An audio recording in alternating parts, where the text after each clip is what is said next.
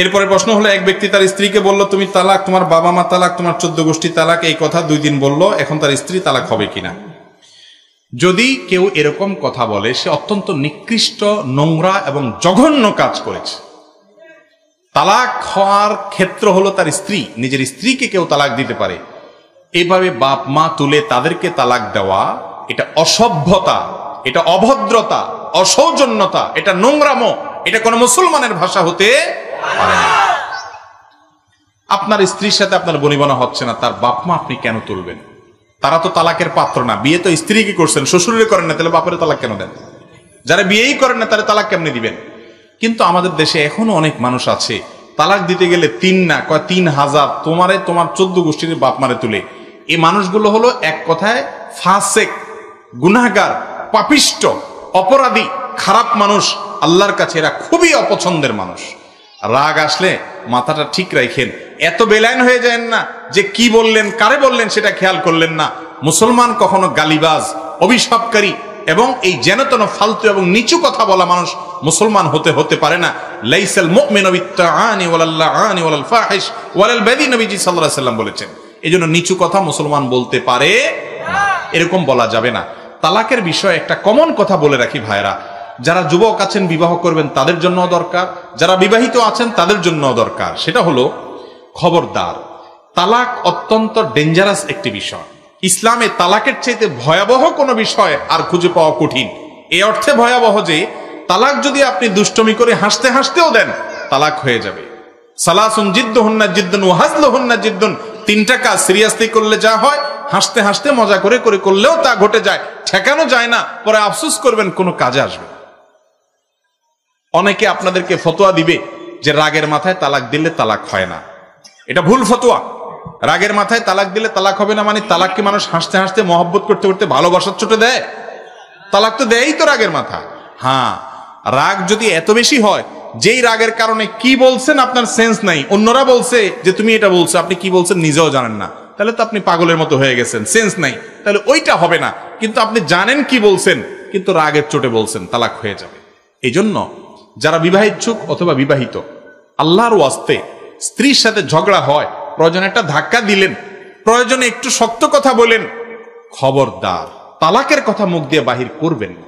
বেশিরভাগ মানুষ তালাক দিয়ে এরপরে হুজুরের কাছে আসে, বলে হুজুর দিয়া ফেলাইছি, বলে ফেলাইছি, কি করবো, ইচ্ছাকৃত বলি নাই। অনেকে বলে যে হ্যাঁ রাগের মাথায় বলে ফেলছে, অনেকে বলে যে আসলে আমার উদ্দেশ্য ছিল না, অনেকে বলে যে আমি এখন তওবা করতে চাই। ভাই, তালাক এমন একটা জিনিস, এটা ছুরি ভরার মতো। একজনের বুক দিয়ে আপনি ছুরিটা ঢুকাই দিলেন, দিয়ে এরপরে বললেন ও সরি, আমি আসলে রাগের মাথায় ঢুকেছিলাম, এটা বললে কি লোকটা জিন্দা হয়ে যাবে? যাবে না ভাই। এখন যদি আপনারা কোনো ইমাম সাহেব, কোনো কাবা শরীফের ইমাম সাহেবরে আনাইয়া তওবা পড়ানো হয় যে তুমি যেহেতু ছুরি বললে তার বুকে তওবা করো, তাইলে লোকটা জাতা হয়ে যাবে, জীবিত হবে? যদি না হয়, তালাকটা হুবহু এরকম, সারা পৃথিবীর সমস্ত আলেমরা একমত, একজন আলেমদ্বিমতকারী পাবেন না। এত ডেঞ্জারাস বিষয়, সেই তালাকটা কথায় কথায় দেওয়া যাবে?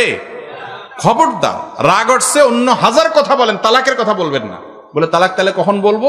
তালাকের যদি সিদ্ধান্ত নেন তাহলে দেখেন যে এর সাথে বনিবনা করে হচ্ছে না, একজন ভালো আলেমের কাছে চলে যান, পরামর্শ করেন, হুজুর তালাক দিতে চাই কারণ তার সাথে আমার ঘর করা হচ্ছে না, কি করব?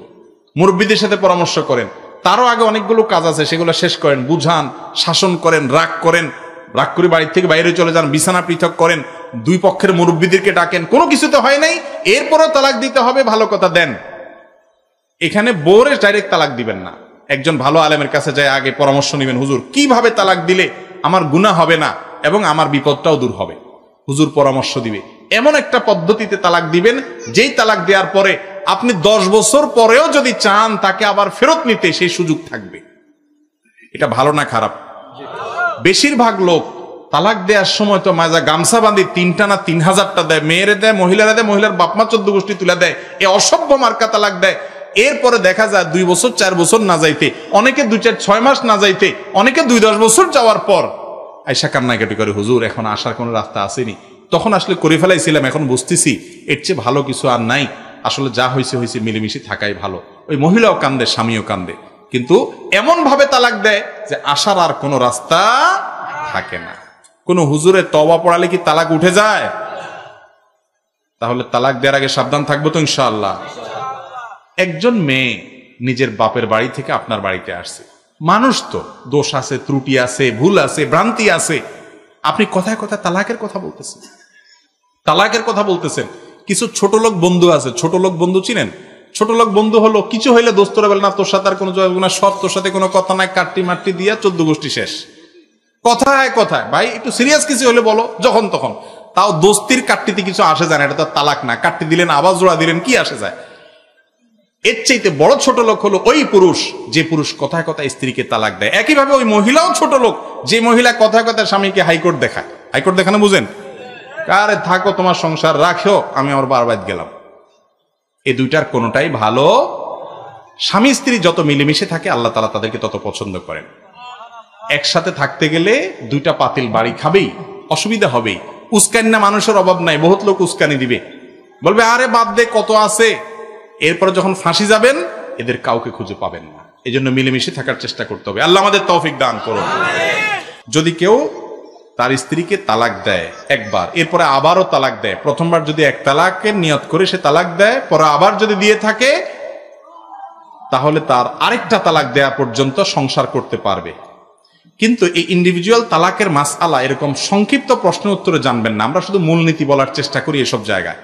আপনার তালাকটা হয়েছে কিনা, কতটুকু হয়েছে, কতদিনের গ্যাপে হয়েছে, কি করেছেন, কি বলেছেন, কি নিয়ত ছিল, এগুলো একজন ভালো মুফতির কাছে গিয়ে বিস্তারিত বলে তারপরে সমাধান আনবেন। তাহলে ইনশাআল্লাহ সঠিক এবং নিরাপদ সিদ্ধান্ত নিতে পারবেন।